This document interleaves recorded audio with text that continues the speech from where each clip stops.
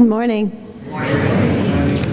So we are halfway through the year. This is June, and as Aaron said earlier, we're halfway through our series, our program for 2011, which is about manifesting dreams. And so this is the point where we start to move into the actual work of dreams, and so it's timely that we're having Karen Drucker here next week to refire the passion.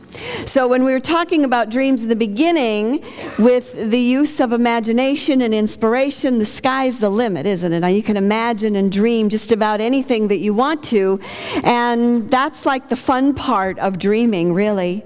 And the last couple of weeks we've been looking at the kinds of things that begin to happen when you take your dream and you begin to bring it into reality. You begin to bring it into the world.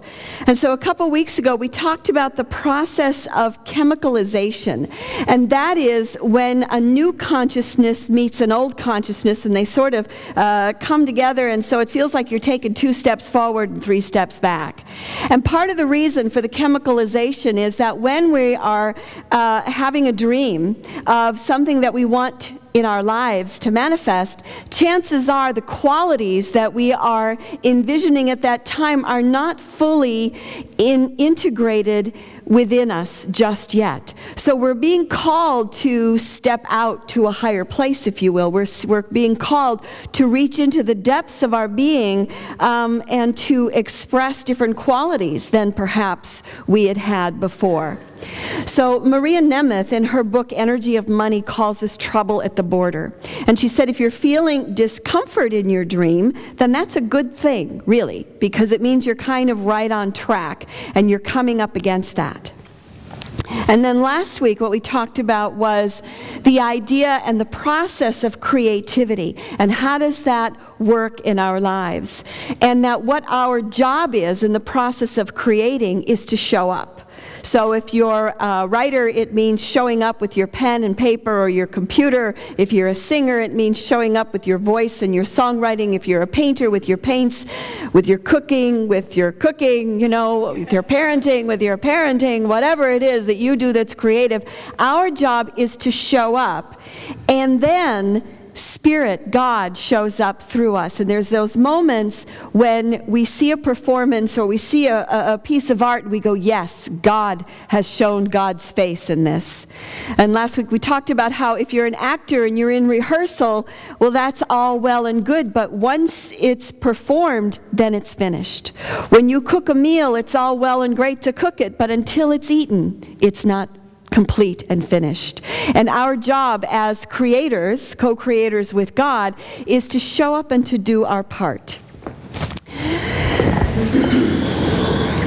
So today, I wanted to talk about how sometimes not only do we have trouble at the border, but life also happens when we are having our dream, because in many ways it may seem sometimes that life itself is a dream. Have you ever felt that? That especially the longer I live and look back and go, did that really happen, or was that just a dream?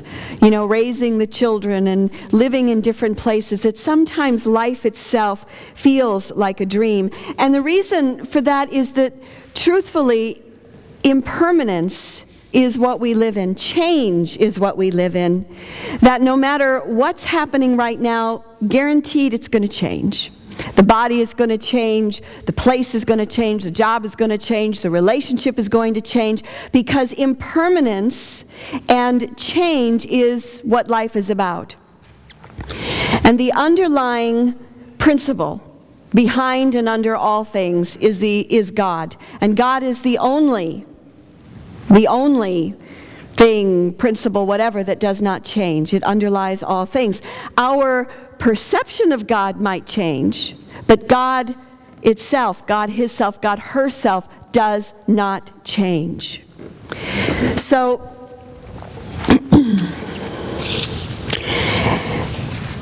we experience change primarily when we experience loss, through death, divorce, loss of a job, foreclosure of a house, a miscarriage, you name it. And when we had our chaplain retreat a couple of weeks ago, we do a whole section on grief.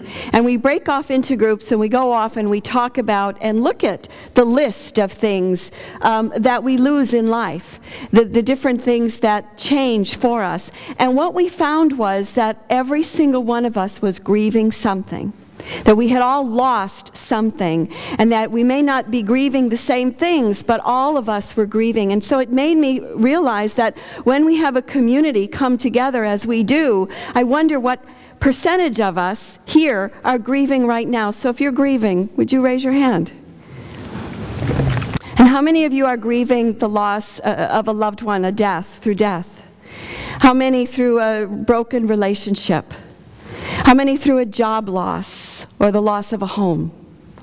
So we have the loss and we have the grief, and it shows up for all of us in different ways. And that which we thought we could count on is no longer there. The ego, we spend our lives trying to build a structure around ourselves, yeah? We build a structure around ourselves because it's what we do and it's part of our dream. We build a structure, whether it be in our jobs, in our relationships, in our homes. And then when we experience loss, when we experience change, sometimes it can feel as if we are free falling.